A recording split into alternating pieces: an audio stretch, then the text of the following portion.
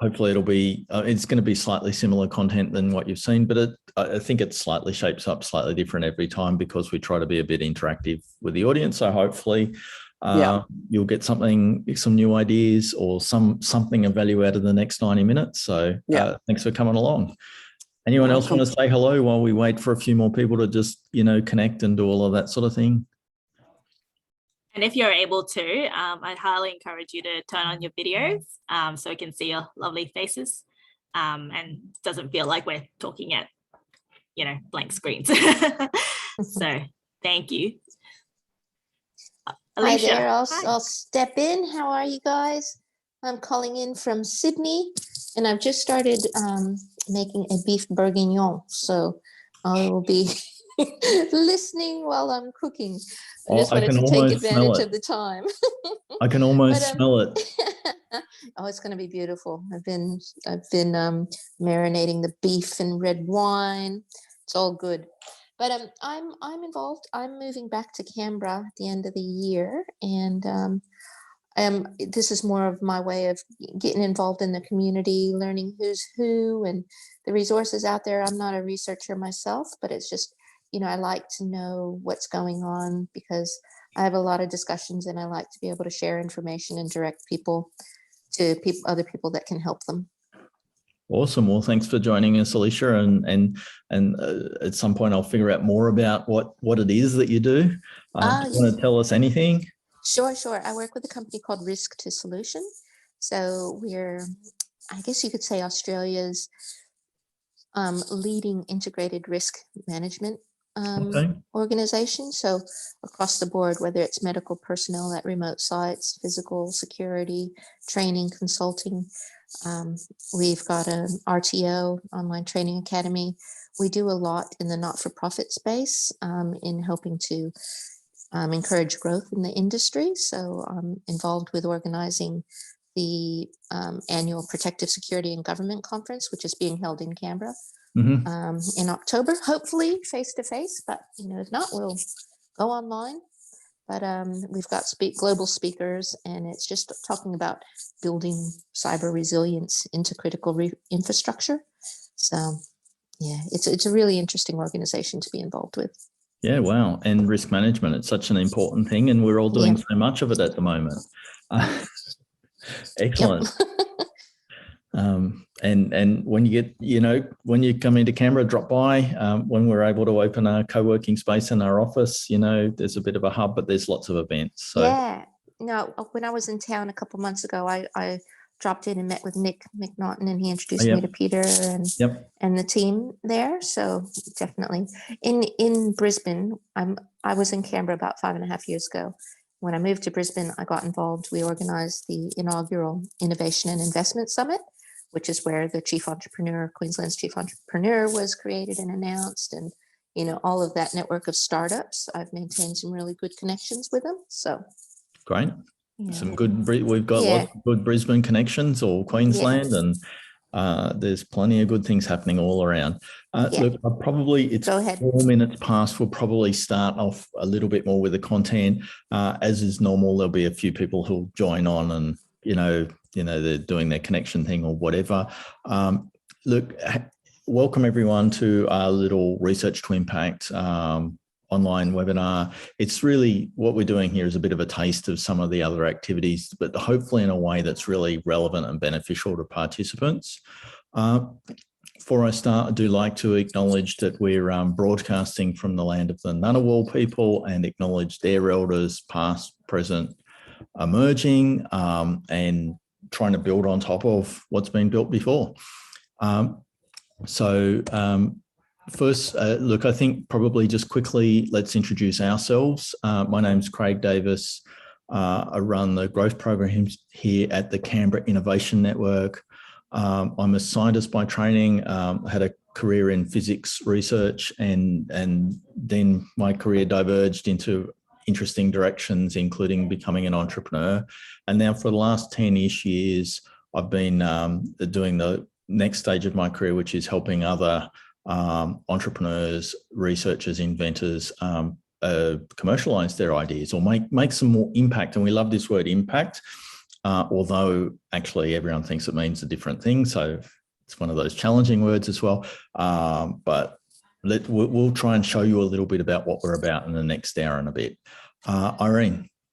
Hey everyone, Irene, also work at the Canberra Innovation Network. So my role primarily is to work with researchers such as yourselves and looking at ways that you can apply some of the methods that we sort of use with entrepreneurs and how that might apply to you guys and taking your ideas out there, whether it be getting more grants, getting more partnerships, or even spinning out companies and seeing where that takes you. So I'm really excited to hear where you guys are all from, what work you're doing, and we'll cover that through some of the interactive tools that we've got for you in the next hour and a half. And if you've got any question, ask me on the chat. Absolutely. We love to be really interactive. Irene will sort of drive the chat and the technical and all of that sort of thing, and I'll be talking at you. You know, we do different roles at different times, but that's what we're going to do today. Now, just with the technology, I think everyone's pretty comfortable with Zoom and all of that sort of thing. But I will encourage you to put the view into gallery view so you can see other people, not just whoever's speaking, which will be typically me.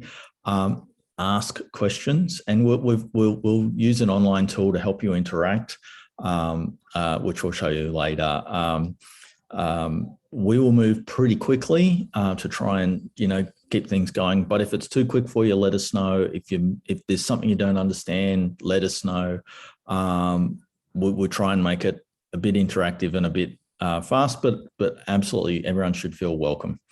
And hopefully a little bit of something different. I know it's Zoom call after Zoom call for those of you in lockdown, but hopefully this will be a bit different than the usual.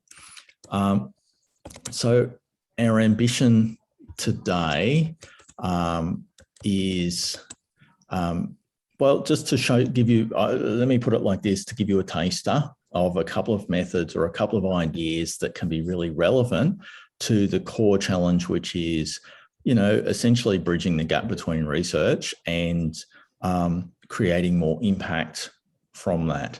Now we're going to, and we think about that word impact, or think about the results you can do with this very broadly. And we're actually going to have a bit of a discussion around what that means, just, to try and, engage with all the different possibilities.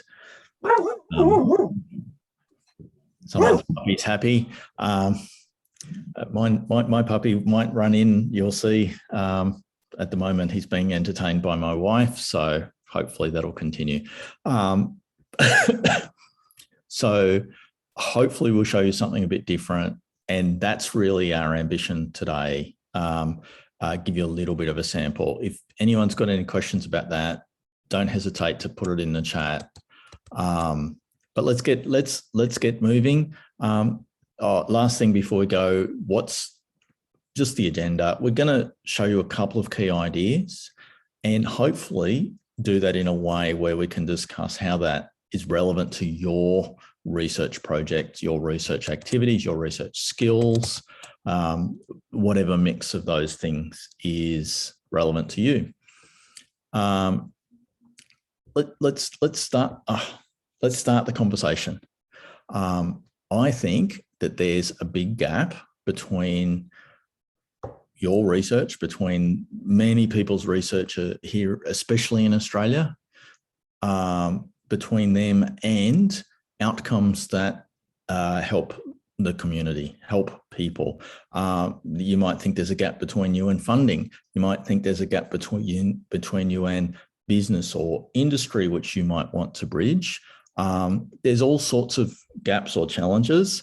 And what we're going to do, I want to hear from you what you think about those gaps. And I'm going to start that conversation by asking you, why do you think it's hard to bridge those gaps? Now, the way we're going to do that, we're going to use a tool called Menti, menti.com. And what I need you to do is in the top of your Zoom screen, you can usually, at the top, it says exit full screen mode. So, because Zoom likes to take up your whole screen, exit full screen mode, and that should create your ability to go off to your normal browser. and load the Menti screen. And you'll see this question, and type in the code, which Irene's put on the chat. It'll take you a little while to get going with that, but once you get going, I think you'll find it's really smooth and easy to help us interact. If anyone has any questions, let us know, pipe up, particularly Irene will help you or I will help you. But those who are already on, I want to just start typing in some thoughts, and it doesn't have to be the perfect thoughts, but just because we're starting a conversation here, why is that gap hard to bridge? Anyone want to throw in some thoughts?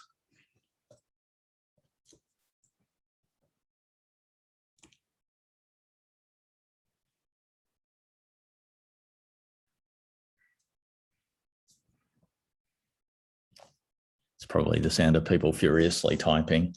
All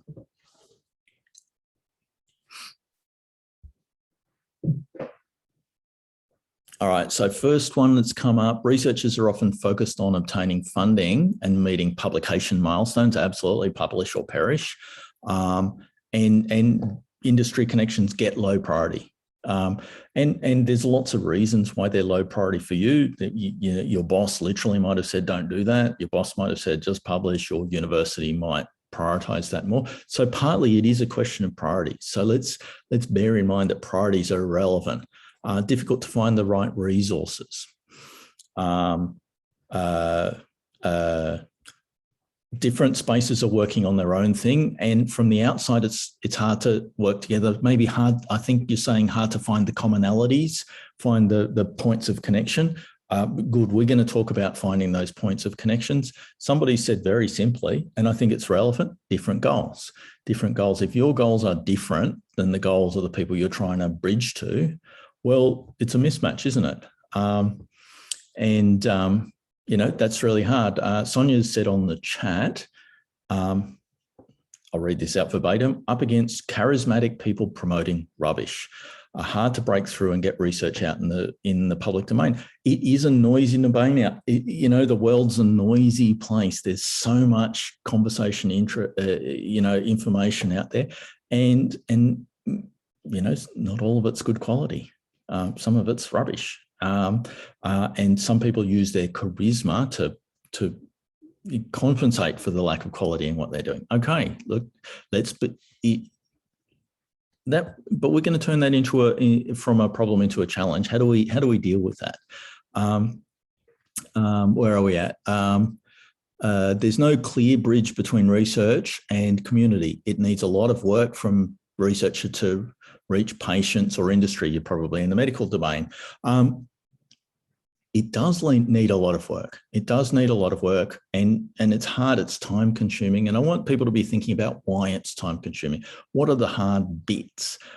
Because that's going to help us to try and identify, you know, where we can get past those hard bits. Grants going to senior researchers or government priorities that perhaps you don't agree with. The research dollar is getting sometimes a bit concentrated.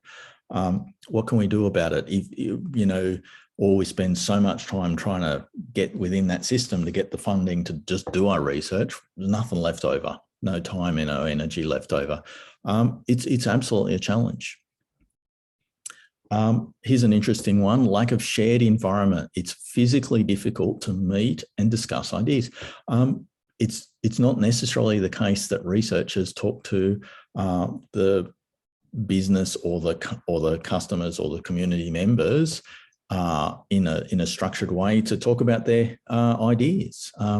You know, if you go to a scientific conference, which I'm sure many of you used to do when we were allowed to, or perhaps still do in an online way, it's often researchers talking to each other primarily.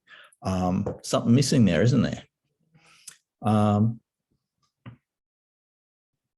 I think this is a really important one. There's a difference of what's considered good for research and what is useful for industry. So you might be driven by research goals and doing good quality research, and industry might be driven by making money, by some other priorities they've got.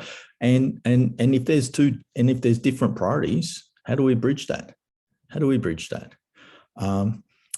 Somebody said over there, and very honestly, thank you, don't know where to start. You've all been trained in research. You've developed your skills. I'm sure that, you've got fabulous, deep understanding of your research topics. That doesn't mean anyone's ever told you how to get going and engage with industry or other external partners. Well, I'm going to give you a couple of tips about that one today. Sometimes your findings are not well received, or they go against the trend or the popular opinion. Yes, so you might have an insight and it's not what people want to hear. What are you going to do about that? If people just ignore your research, is that good? No, it's not. It's, you can be, if you're correct but ignored, I don't think that's as good as it could be. So we're going to engage with that barrier of communication or convincing people.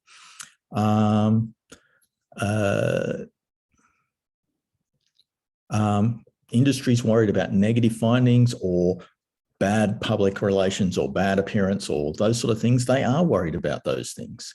And if they think when I engage with a researcher, it's just going to result in the researcher telling me my business is bad, that's probably not very attractive for them, is it? So what are we going to do about that?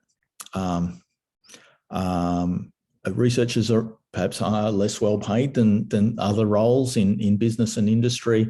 You're probably driven by the things like the search for knowledge and stuff. I know I was as a researcher. I love just understanding things, but it creates a barrier, doesn't it?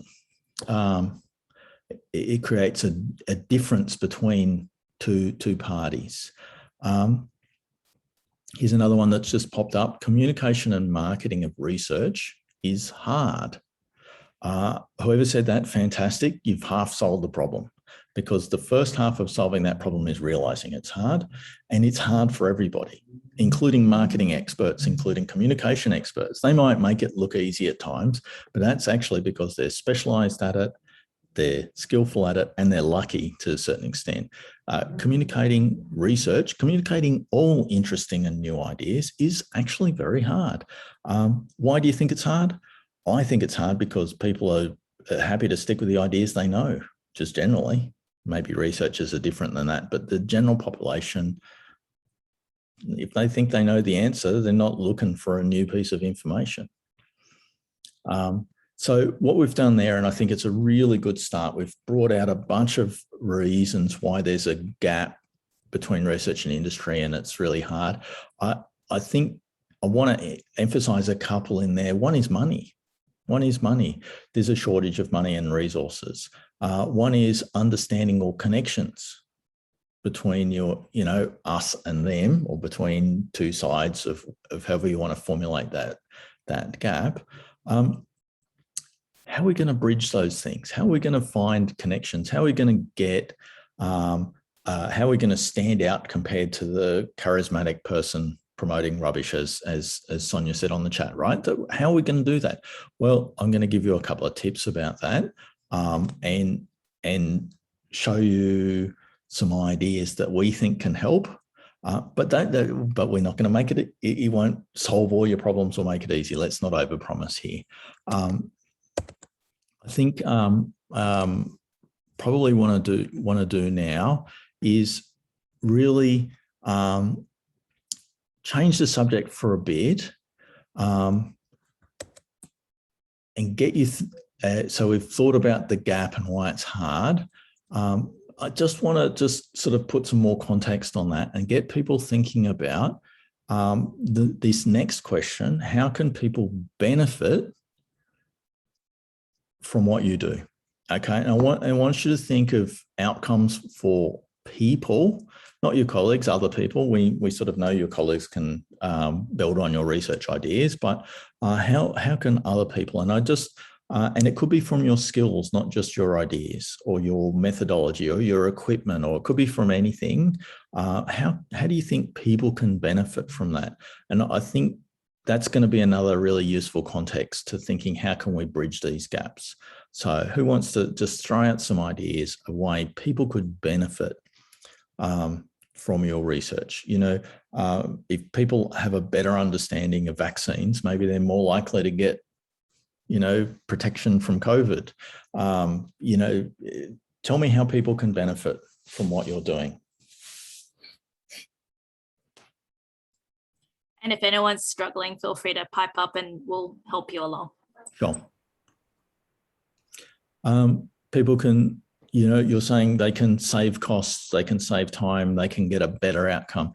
I want you to think how that's going to happen. They're going to save costs or get a better outcome by knowing a better way of doing things that you can communicate to them. Does that make sense? How is that going? How is that you're going to bridge that gap? We can say good education is always a good thing. If people know more about the world, that's the function of research, the universities, etc. I want to think a bit more specifically. If you can educate them on some topic, them and who's them, on some topic that comes out of your research, how's that going to apply? That makes sense. If somebody I can't think of an example just at the minute, sorry. Here's a good one: better mental health, lower sensory overload, encourage socialization through an appropriately designed built environment. So here's a researcher who's saying, you know, my research shows probably ways to change the environment, to change the built environment or design it or refit it or something in ways that helps people to have better mental health. And it might be everybody, it might be some subset of people who've got a particular health problem. But I love the way you're thinking there, because, and that makes you think, oh, we need to talk to the designers, we need to talk to the architects. You know, it starts to think, where are we going to bridge this gap? Well, here's somebody who feels that they can identify problems and possible solutions, and finding the problem is often the hardest bit. You know, and you've said, if you don't know what the problem is, how can you make improvements? And you're going to see a couple of slides later, this is actually a theme that we want. You need to understand problems that people have and get insights into them. And those insights are what will help you to figure out how to get them to act. That makes sense. You want to inspire future generations in community engagement. Yes. Your work is the cornerstone of doing that. Newest technologies to generate new bioplastics that can reduce waste and save the environment. So, impact, reduced waste and save the environment. How is by translating your research into the design or invention of new bioplastics. I want to put a step in between.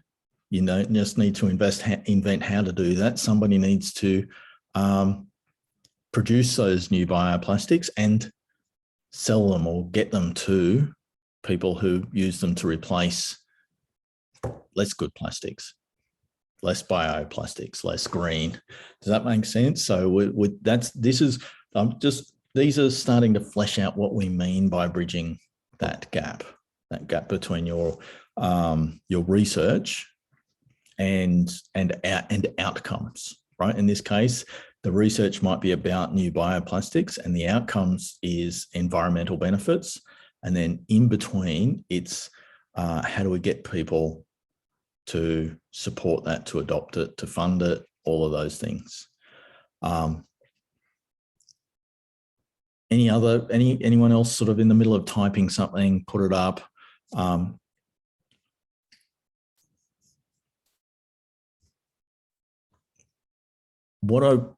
When we're seeing here, just those we're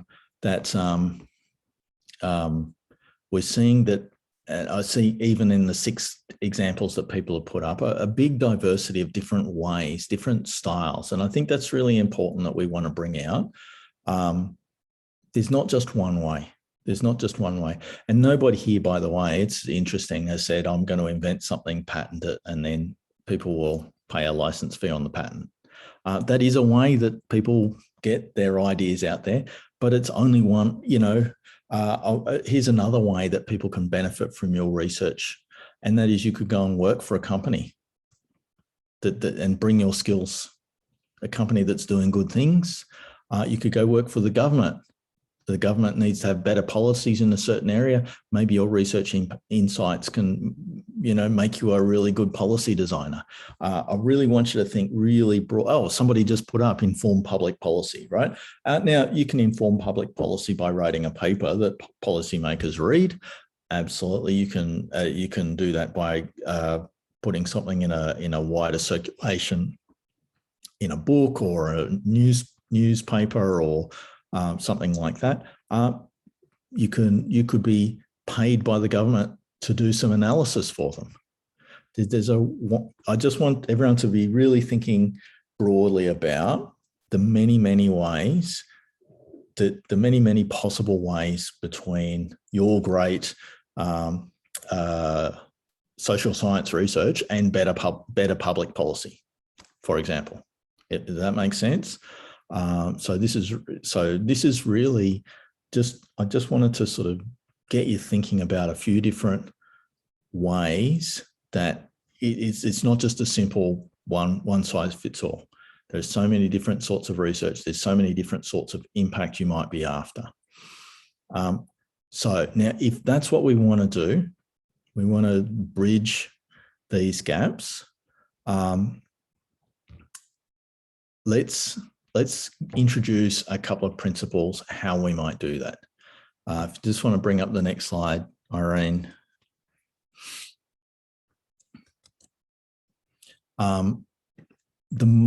The first thing that we want to show you as a principle or the key guiding method is we find it's very helpful when we're thinking about translating research to adoption.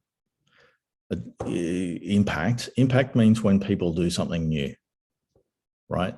When people adopt something. So in the bioplastics invention example, if no people ever use that new bioplastic, it hasn't helped you. So now what we like to do is to start that conversation, and hopefully you'll find it surprisingly useful, is to start that conversation with people. And you can see on the screen, there's a picture of 3 people. It's pretty easy to identify their age and gender as a demographic information. But what we find is if we think about those people as individuals who are special in other ways, we can really understand where we can fit into their world. So what makes the people in these pictures different? What makes it, where can we find them? Well, we can probably find them at the field. We can probably find them at the clubhouse next to the field where they're a member of the rugby club. We might understand their needs. Their needs might be for better detergent to get the mud off. Their needs might be that they have sore knees from running around the field. I want you to think about people as people, and let's try and make that a bit realer by getting you to think about people in this really specific non-demographic way. Who are people who could benefit from your research or what you're doing? We'll go back to Menti to sort of share those things. Type in some examples of there's not like a perfect right answer or anything like that. The people who could benefit from your research.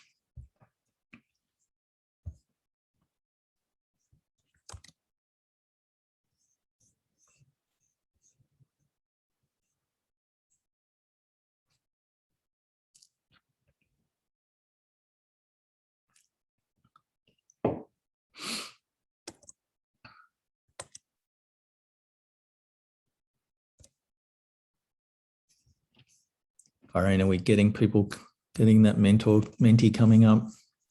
Yep. Is it not sharing at the moment? No, I can just see the slide deck. Oh, sorry. I will share that now. Perfect. So we started with a lovely, clear definition: people with autism and other neurodiversity, and implied in that is we can find those people in environments where those people might seek out. Where would you find them?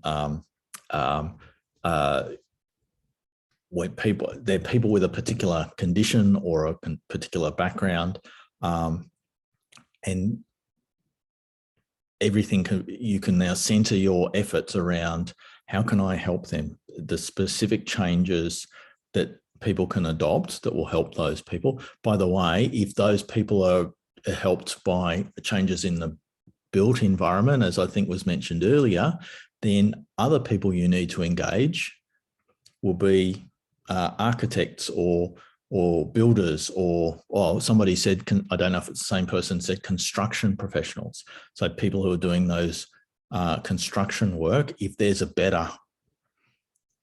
you can show them a better way to do their construction to create a better building, then they're the people who can benefit. So look, somebody's really honestly said, I don't know. Your research doesn't influence policy because of politics, right? So we live in a world where there's political parties and doctrines and those things. How do we get people to benefit from your work? I want you to think about the people who could change in response to your research. And it may not be the Prime Minister, or it might be a particular type of public servant or policymaker or something like that. I want you to think of those people, and we're going to really try and get into their world. Somebody is there said clinicians. So and there's different classes of clinicians in the health system. Thinking about those busy people with many patients, how can you can think about my research, how can it help them?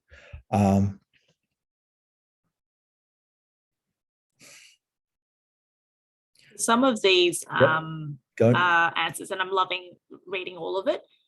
If you want to take it one step further, think a bit more specifically about where you might find them. So is there, for example, with the construction professionals, is there a specific group within that or a subset within that that is more easily accessible or is likely to care more about what you're doing, and see if that inspires some new thoughts. So same with consumers, industry stakeholders, government, NGOs.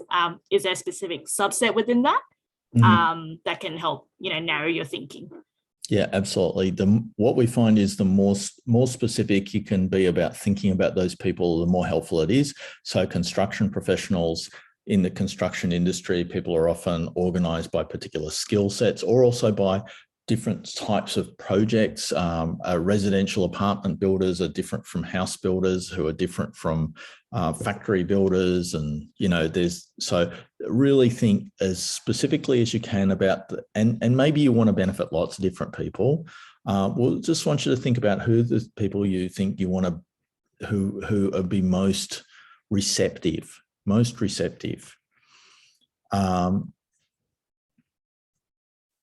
And I think that helps with the person who put in, I don't know, which is, and it's difficult. We started this conversation of saying it's difficult, but think about, who out in that sphere of different sorts of people, is there a subset of people who are more likely to help you or who are most interested in what you're doing?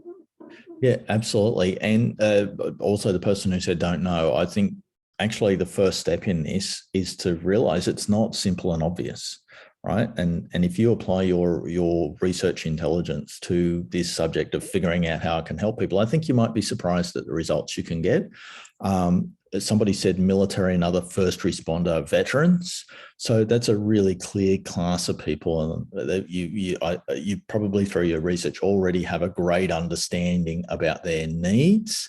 The bit that we're going to add to that is we're going to get you thinking in a slightly different way about why they or people who you need to support this project are going to adopt that, if that makes sense. Bioplastics, yes, who's already making plastic?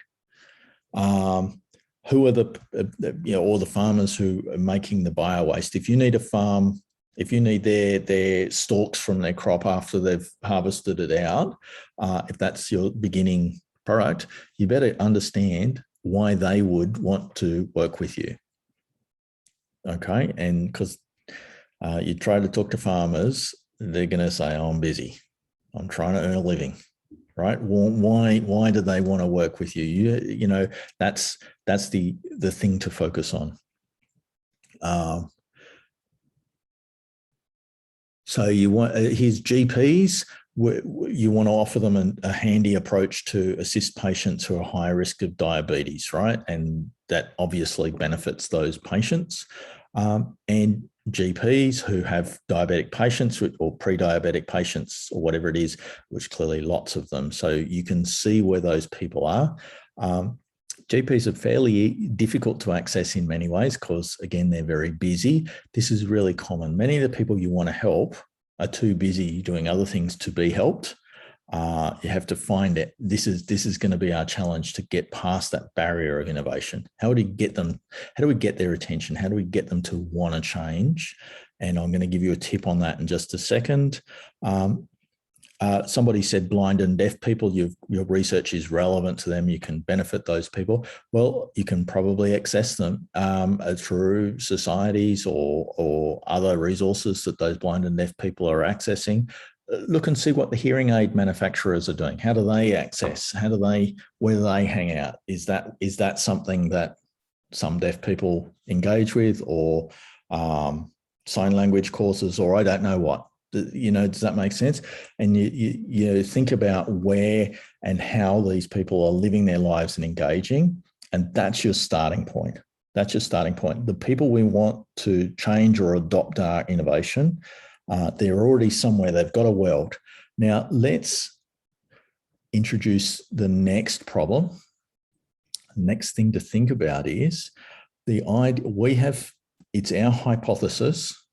We see this all the time with many, many innovative projects, that thinking about those people it helps us to think about how we can align our research to benefit them. But you're probably already doing that.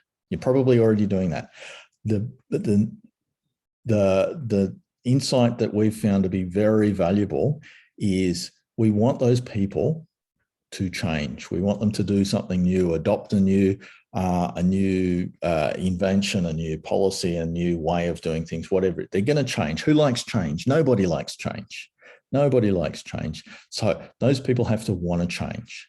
And we've found that people who are most willing to change are people who currently feel a problem, currently annoyed about something. The people who are looking to change. There's many people in many of those groups that we've just covered. We talked about construction professionals, for example. Now, maybe those construction professionals are perfectly happy with the way they build buildings at the moment. Maybe they should not. Maybe they ought not to be happy, but they are.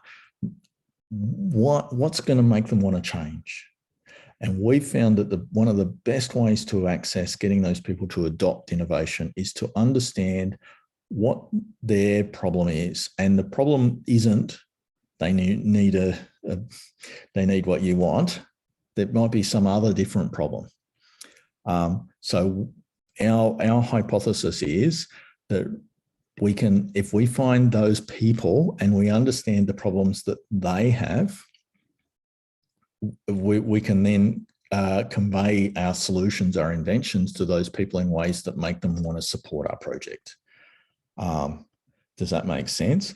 So when we think of those people that you've just been thinking about, what's the problem or unmet need that they have according to them?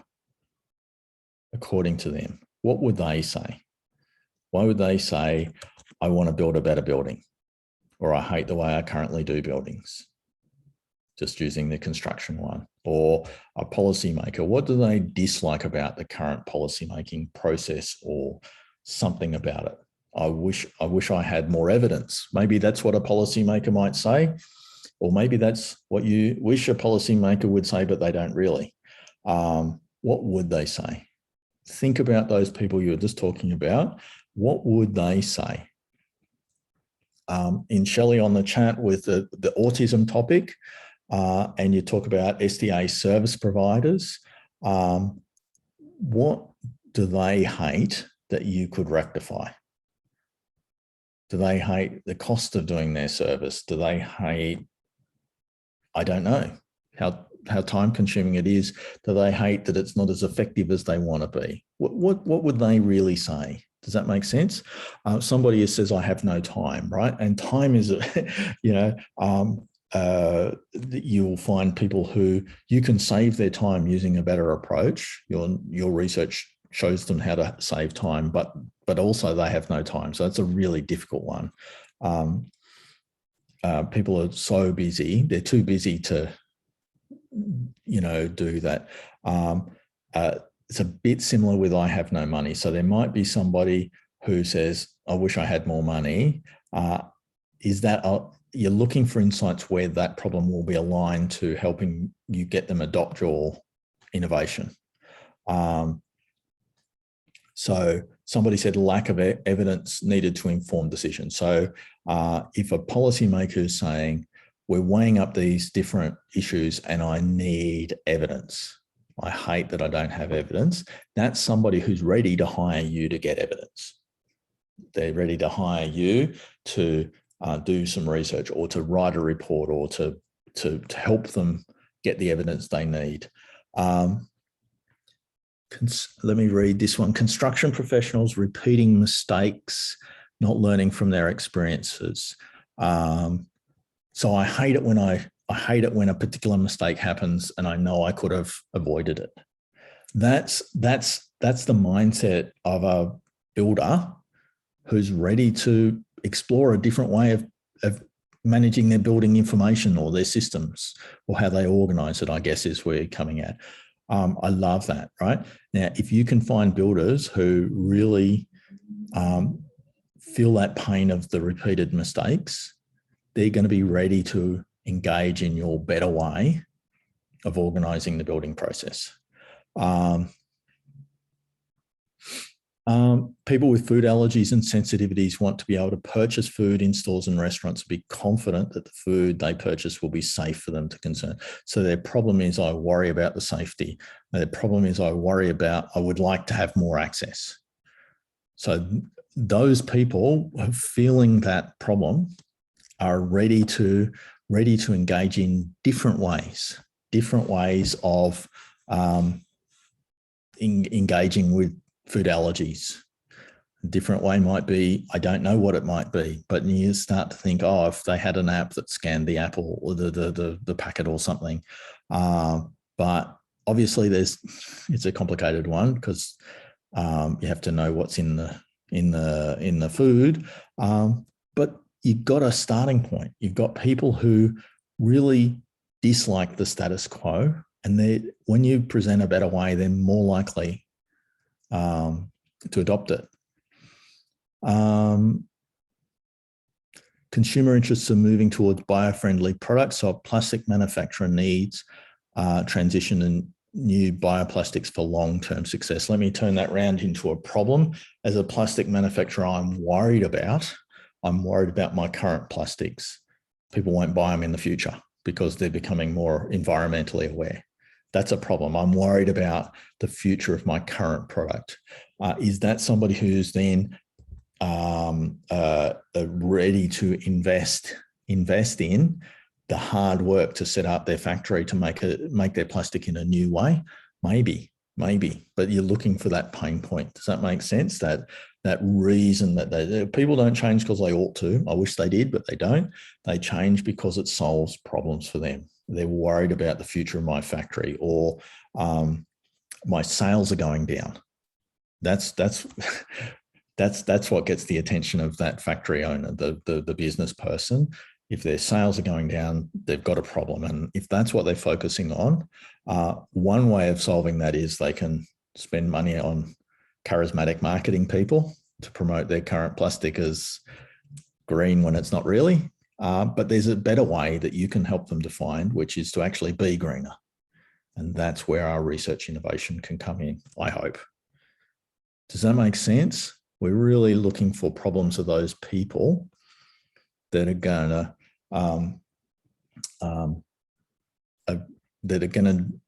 make them ready to adopt.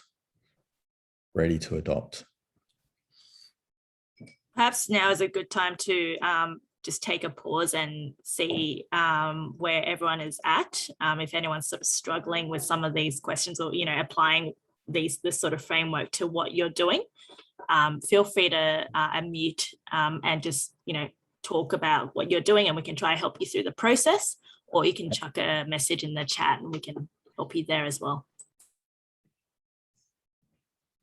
Because we've really gone pretty quickly into these core ideas that we're looking for people and understanding problems that are going to help us pass the barriers of them adopting your inventions or your new technology or your research-based skills. Can I ask a question? Go. Yeah, I've been trying to find papers or research papers on behavioural change and what are the best ways to get people to be willing to adopt.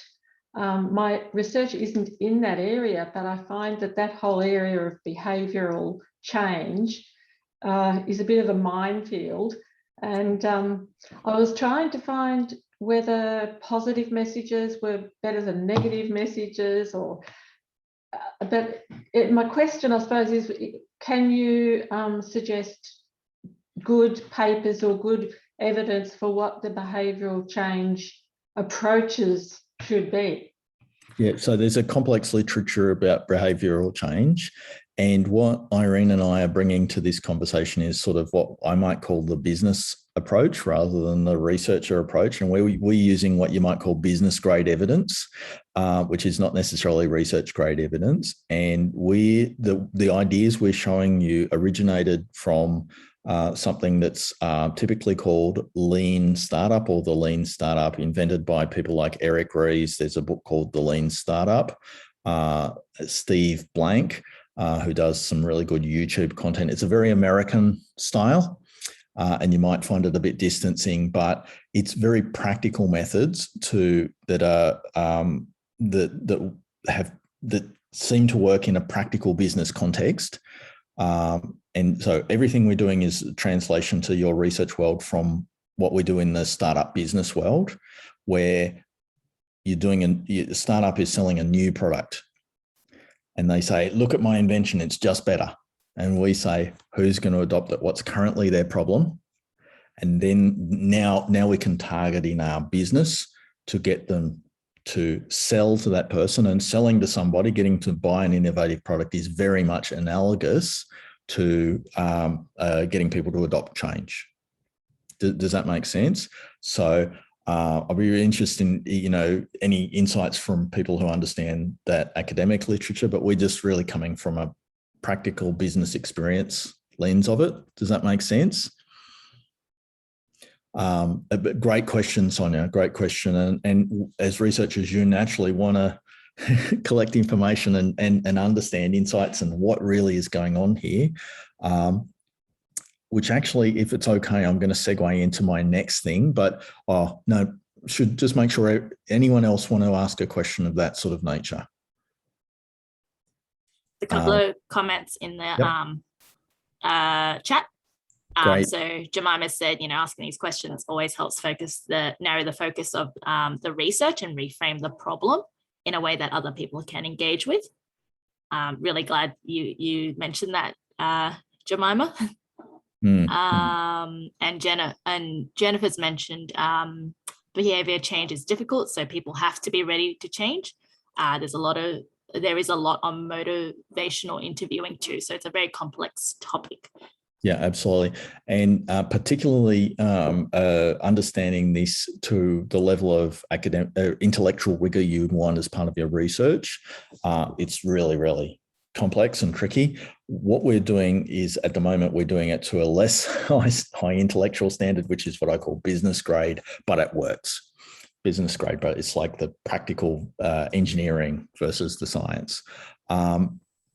It's almost the filtering process, you know, and a lot of people we've worked with, a lot of researchers have said that it helps them narrow in and, you know, rule out things that absolutely won't work and then focus on things that will work to that academic level. Absolutely. So the next idea I'm going to introduce is that we've come up with, actually, when we've thought about those people and we've thought about those problems, we've actually come up with a hypothesis. So that's not necessarily true knowledge. We've come up with ideas. And of course, as researchers, you want to test them. Right? I think that flows really nicely from your question. You want to have a good understanding what we're doing. So it's the third key principle, the final most important thing that we wanted to introduce is when we're thinking about our impact and how can we actually bridge those gaps, we should look for people we can help. We should look for problems that they have, and then we should test our ideas. Just because it seemed like, you know, the theory or we wrote it down on the whiteboard, that's not enough. We need to test our ideas. Now, in the businessy way that we want to test ideas, we just do something really simple. We just do something really, really, really simple, which is we ask people open-ended questions and see what they say. And if I ask that architect about their building process and they say, oh my God, the first thing I want to tell you is I just made the same mistake as last project. Why?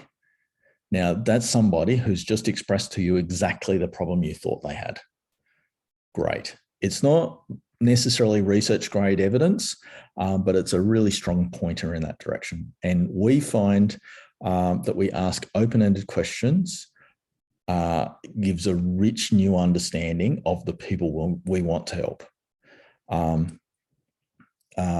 There's a picture of a puppy on the screen. Anyone know why there's a picture of that beautiful puppy? Beautiful puppy. Now, this we often have to emphasize this a lot more with non-research entrepreneurs. You should all understand that you've got a great idea doesn't mean it's true, right? The puppy is our symbol of how you fall in love. Like everyone loves this cute puppy. You fall in love with a particular idea, but you better test it. You better make sure it's true. So just when you think, yeah, definitely, I know the answer, no need to go and check, think about puppies. Like I say, for our research audience, the idea of testing your ideas should come very naturally. And I think some of the people the business people who invented this business methodology we're showing you actually came from a research background. I know I was actually doing something very like this in my business career before I ever heard about the theory of it. It just came naturally to me to always question everything. So that's the thing. Now, somebody just mentioned ago, you know, some academic ideas about behavior change, social sciences. There's people on this skill who've got far more experience than us about social science, about designing good quality interviews and understanding all your risks, your framework, analysing the data. What we found, though, is that even people like that can still benefit from this qualitative method of just testing your ideas in general by talking to people and asking them open-ended questions. And there's a last benefit I want to mention. If we've thought about people who might benefit from our research, we've thought about problems they have and reasons they might need something that we can do for them. If we ask them an open-ended question, the last benefit from that is it's a great way of starting a conversation. Instead of telling them, I've done this great new policy research, let me tell you why you should change your policy. If we say, in your policy, in your policy development process, what's the hardest bit? They might tell us the answer and then say, oh, I wish somebody would do this for me, and go, guess what I do? Does that make sense? And that's a real conversation that can really happen, and we've seen it. Does that make sense? I want to give everyone a chance. Now we've talked about that, testing ideas as well. Has anyone got any questions at this point? Would anyone like also to practice or test this? Has anyone got an idea we can dig into? It's a bit of a shy audience today. We've only had a couple of people keen to interact, which is fine. That's up to you. But if anyone wants to do that, I'd be very happy to do so. To show you that style of how a conversation can go, how we can learn new insights about someone. Kind of interested in the person who's working with the bioplastics, if they want to jump on and tell us a bit more about who they'd like to work with. Yeah, that's me. So I've only just recently started the project, and it's an industry tied space already. So we've got funding from the Queensland government and a couple of industry partners. But because I'm new on the project, I'm kind of just trying to get my head around how things have been established and how I can start pulling into those networks as well.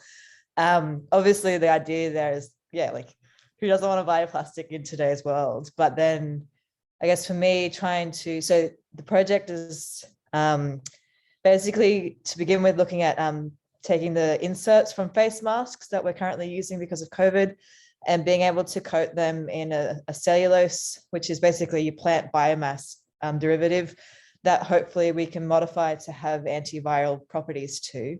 So just a single coating that they can put into the manufacturing line, and hey presto, you've got an enhanced product. But I guess, a lot of the pitching and already engagement with industry has been done. And so... Well, and the big picture has been done, right? So there's a big project or a CRC or something around that, great. But actually, a lot of the hard bits, are left open in what you've just updated me on. Now, probably parts of your team know some of those hard bits too, but I want you to be looking for, when you're researching the way to make that cellulose coating antiviral, right? Some part of the project, who is going to need to change what they do in response to your inventions? Is it going to be a particular part of the manufacturing system? Does that make sense? Is it going to be, there's a whole range of different stakeholders there. I want you to think about those people. And because you're already part of this, you go and try and find opportunities talking to them. You might have meetings, design meetings already. Slip into that, a question at the end of the conversation. Oh, by the way, we're working on this. What's your biggest problem in this general area? To the person who makes the coating machine, for example. Yeah. They might say, oh my God, the coatings they don't stick on. Okay. That's super useful information. Does that make sense? It does, They might say, my boss is a dickhead. That's also information that's of a different nature, but you're still learning about their world. Does that make sense? So you're going to ask those open-ended questions. And if they say, it doesn't stick on properly, or quality control's a nightmare. 10% of our products have to be, thrown out. Now you can then think, oh, let's dig into that a bit more. Yeah. And the more you can understand that stakeholders' needs by asking them about their needs, don't ask them what they want. If you say, what do you want? What are they going to say? I want the perfect solution that works every time. Does that make sense? You might find that they say, look, our quality control is such that we throw away 30% of our product. Guess what? That's super useful, because now if you can get that down to 15%, they're happy. Whereas previously you might have thought an 85% success rate's not good enough. Yeah. Does that make sense?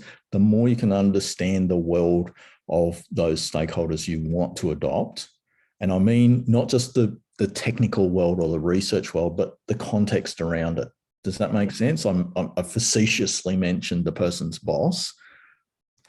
But you never know when they're going to say, there's this committee and I have to write a report for it. Oh, really? What needs to go in the report? Well, we need an analysis of this, this, and this. You do know I could do that. Maybe. Does that make sense? Yeah. So ask those open-ended questions, and you're looking for what we call a nugget of gold, which is when they say something slightly unexpected. That matches what you've got. That you can align to a skill or a solution that you have or could have. Does that make sense? I want everyone to see that as a treasure hunt. And the treasure hunt is, yes, we start with ideas, thinking about people, thinking about their unmet needs, but the treasure hunt is ask them open-ended questions. Any more questions about that? I just really want to give people a chance to unpack it or engage with that.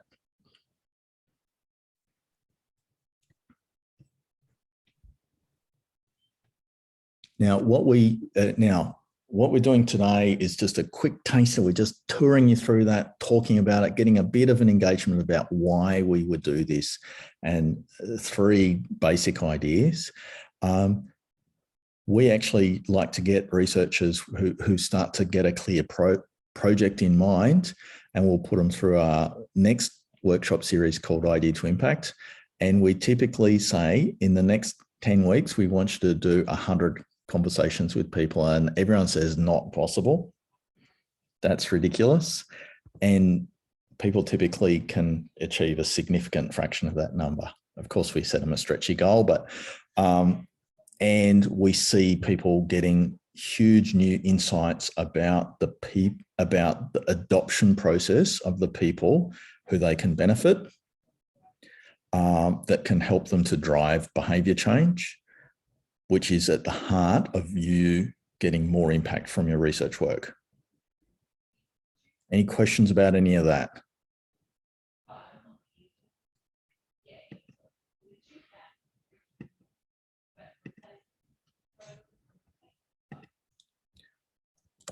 So, Jemima, that problem's run twice a year. Irene already answered on the chat. We do 2 cohorts a year. We used to do cohorts of just scientists, and these days we mix researchers and other business people together in a cohort, and we find that mix of different backgrounds is actually really good. And it's fun to network with each other and learn and all of that sort of thing. Who's worried about a barrier? Who's worried about anything? What's stopping you? Anyone want to say on the chat out loud? On the Menti, if we want to go back to that.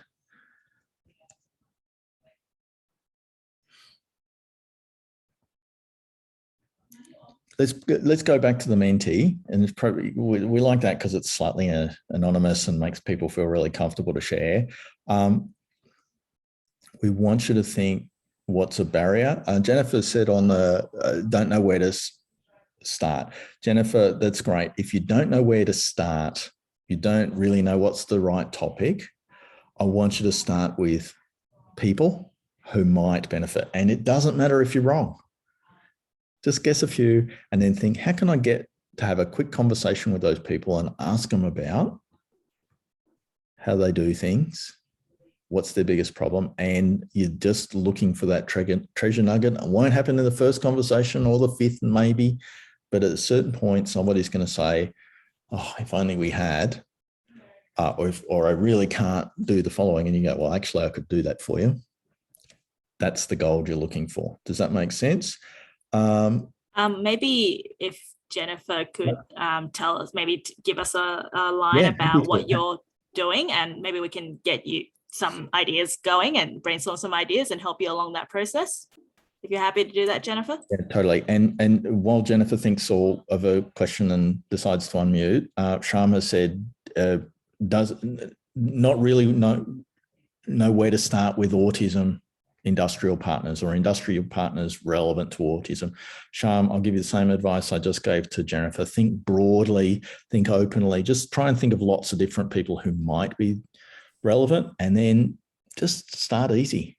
Find out a bit more about what they're doing. Does that make sense? Jennifer, were you happy to expand? While Jennifer thinks about that. Oh, yeah, sorry. Oh, yeah. So I trained as a clinical psychologist and moved to research and moved out of clinical practice. Been working in qualitative research on anyone who will hire me.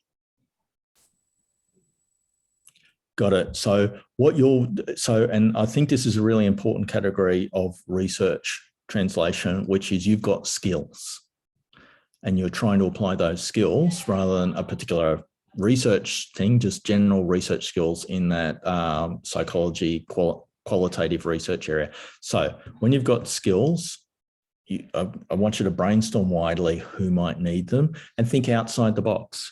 There's a local project actually that's come out of ANU called PostAC.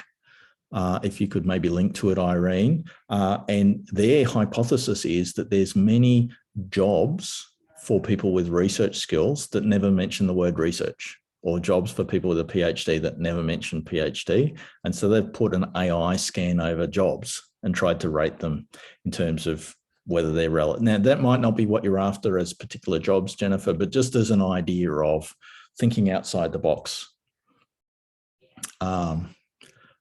Somebody said on the Menti, IP concerns. IP, absolutely. You should get advice from your institution. You should work within their rules about IP. But if you talk to somebody and ask them about their problems and don't mention your invention or new research, that's generally pretty safe from an IP point of view.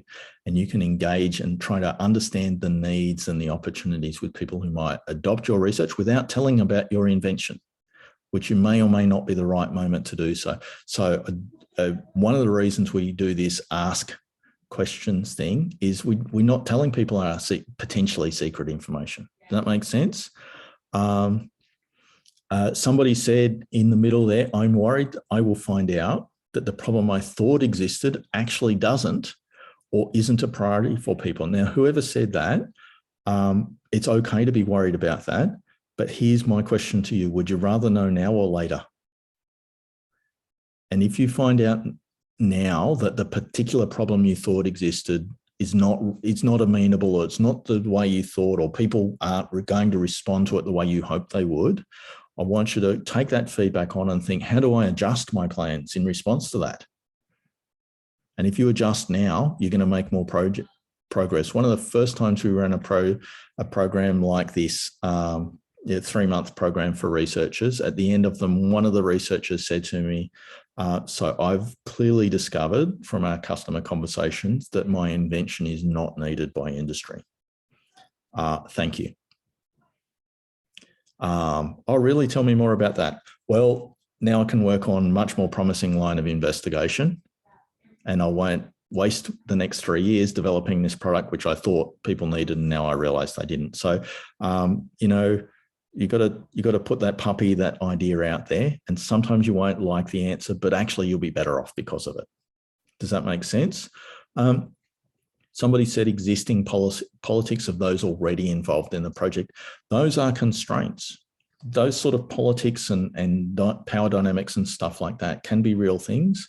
My advice to you is to try to understand them, understand where people are at, understand what drives decisions, understand then what your constraints are. They'll never support this, but maybe they'll support that. And that can then shape your plans. Does that make sense? Impact isn't always measured in money. Science in the policy area, it's hard to measure impact. It's absolutely hard to measure impact. And I don't take it for granted that your goal is money. Your goal might be, you might be just super happy if one person changes one policy, or if one patient gets one better outcome. Great. I want you to think about those impact goals that you can get from your research, and be motivated by them. Now, money might be aligned with certain sort of impact, but it's typically not the main reason.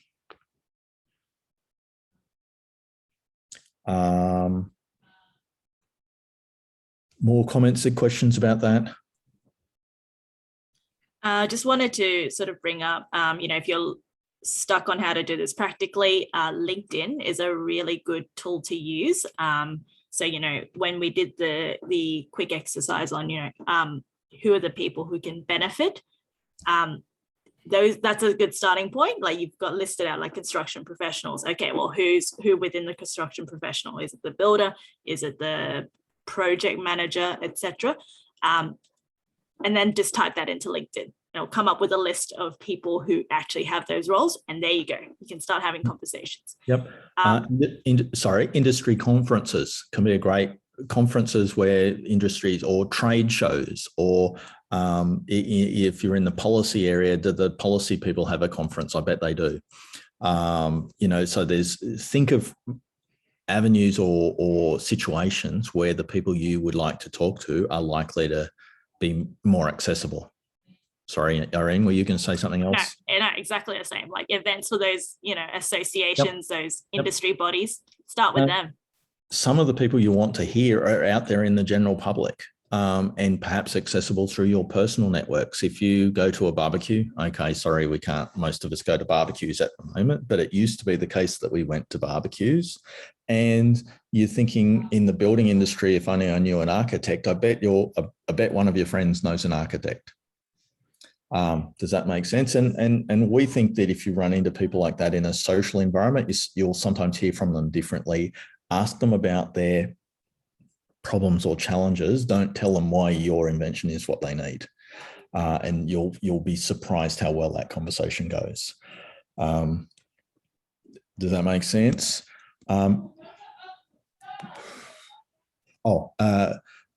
If we bring up the what next slide, Irene, there's lots of networking opportunities nowadays. They're online, but where you can, you know, meet people in different contexts.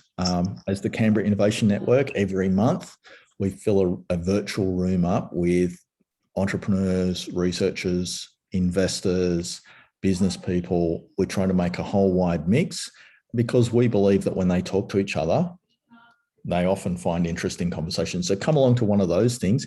It's also really easy. It's a very welcoming environment where you know don't need to be shy or anything like that. Listen to people. Look for the nugget of gold that might give you the insight that will get people to adopt your innovation, whatever it might be. Yeah, please. It's Alicia.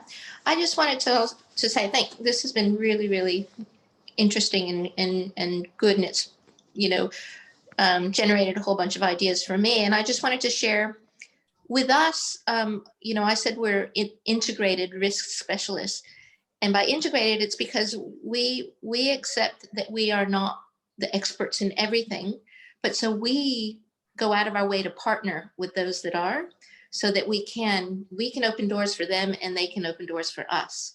So we share instead of just trying to hoard and say, you know, our solution is the best thing. It's not, but combined with our partners, we offer a really great package. And people, I know, you know, as an innovator and entrepreneur, you want to own all of that work you've done, but sometimes you have to accept that you have to partner with other people to get the best out of it. Partnering with other people, and also your company might be the organization that really has an unmet need that one of the researchers on this call could help with. Somebody was talking about construction. Now, maybe there's some risks in construction that their methodology might help with, and they might say, you know, so Alicia, you know, what sort of risks really worry you or which ones do you find difficult to manage in the construction sector? And you might say, oh, there's a particular sort of risk, and they might say, oh, let's talk. Does that make sense? And I want everyone to be thinking of, if there's a person like Alicia, what question could you ask Alicia that might lead to you thinking, I never thought of working with a risk management company, but actually what I'm doing might be relevant to them. Does that make sense? Here's a long shot. Somebody talked earlier about an autism intervention, I think. Now, maybe there's workplace safety issues around that, and you can help manage them. And I'm sure that when you're doing risk management, or insurers worry about workplace injuries, could there be a gap? I don't know. Alicia, is that a sort of risk that your company worries about, or? Oh yeah, yeah, and like in the news, workplace violence. I mean, it's across the board. There are no rules. It's like you could bring up a topic and we could apply it. If you just got the right heads in the room, you can come up with a solution to anything. Yeah, fantastic. Creative and open. Yeah, fantastic. Anna's asked on the chat if there's similar networks to the Canberra Innovation Network in Perth and other places around Australia. The answer is yes. This sort of thing's everywhere. It's not always labelled exactly innovation. Sometimes it's got a bit of a startup flavour, but you'll typically find the startup-y community is very receptive to research innovation. So they might not advertise that way, but go along and find out. And there's plenty of people doing research commercialisation around Australia. Also, as it says on the slide there, your university or research organisation almost certainly has some support. But you won't find out about it unless you go asking, if that makes sense, because it's big complex organisations. Shelley, sorry, I misunderstood your innovation, but you get the general idea, I think. So yeah. Any other questions about what you should do next? Is everyone going? I would really love to challenge every single person on this call to talk to somebody who they think might benefit from their research and ask them some open-ended questions about their life, their problems, their challenges. Does that make sense? I hope you'll find, and start easy. It might be just your neighbour or a friend of the family or something like that, or could even be someone you know through work. But please, have that conversation. I think you'll find that if you ask them about their world, they tell you really good, interesting things. And that's just the start of the treasure hunt. Any other questions about that? Well, I feel like we've gone through the material pretty quickly today and we're about 10 minutes early. I'm happy to keep chatting, but we could probably wrap up about now. Irene, is there anything that you want me to mention or you want to mention before we do that? Only just keep us updated with how things go. I love receiving messages from people who've done this, this session in the past and who've told me about, someone who's successfully gotten funding or found a new partner even. So I'd love to hear how things go on your end. Yeah, keep and engage with people, right? You've got to support each other. We started with this whole concept of innovation is hard, bridging the gap is hard. And that's not to make you feel depressed or worried. It's to make you understand that you need lots of support. You need to support each other. You need to be try and be smart about how you do it. But I think it's my view that super smart researchers like you, if you actually take that on as, that is a hard challenge, you'll start to make progress on it. If that makes sense, support each other. We believe peer support is super, super important. One of the reasons we put people together in cohorts and run programs like the Idea to Impact one coming up is so they get to know each other and they support each other, if that makes sense. Really keen to encourage you on that. And yeah, the more success stories we can find too, by the way, the more the more we're going to change that culture of, I can make more of a difference with my research than I thought. And that's what really in the end excites us.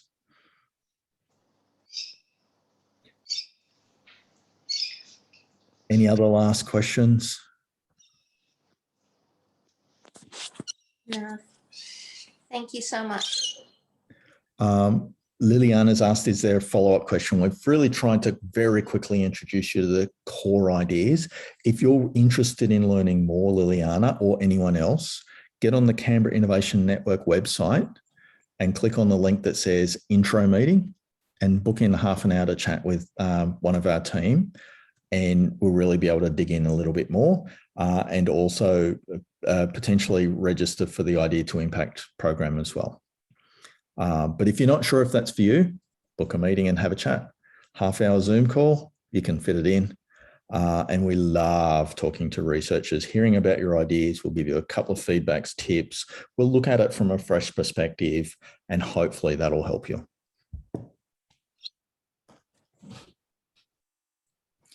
Excellent. Well, I'm going to wind up now. There's nothing wrong with ending early. Everyone can have a tea break before their 3:30 meeting.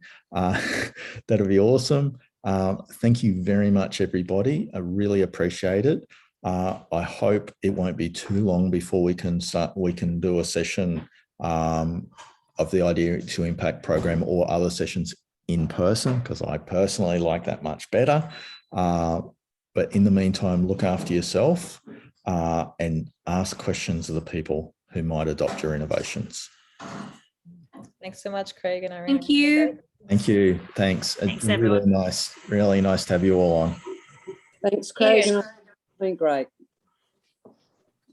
Oh, we'll send you feedbacks. Yes. We love feedback. We'll send everyone a feedback form. Please click on the link and spend a couple of minutes giving us quick feedback.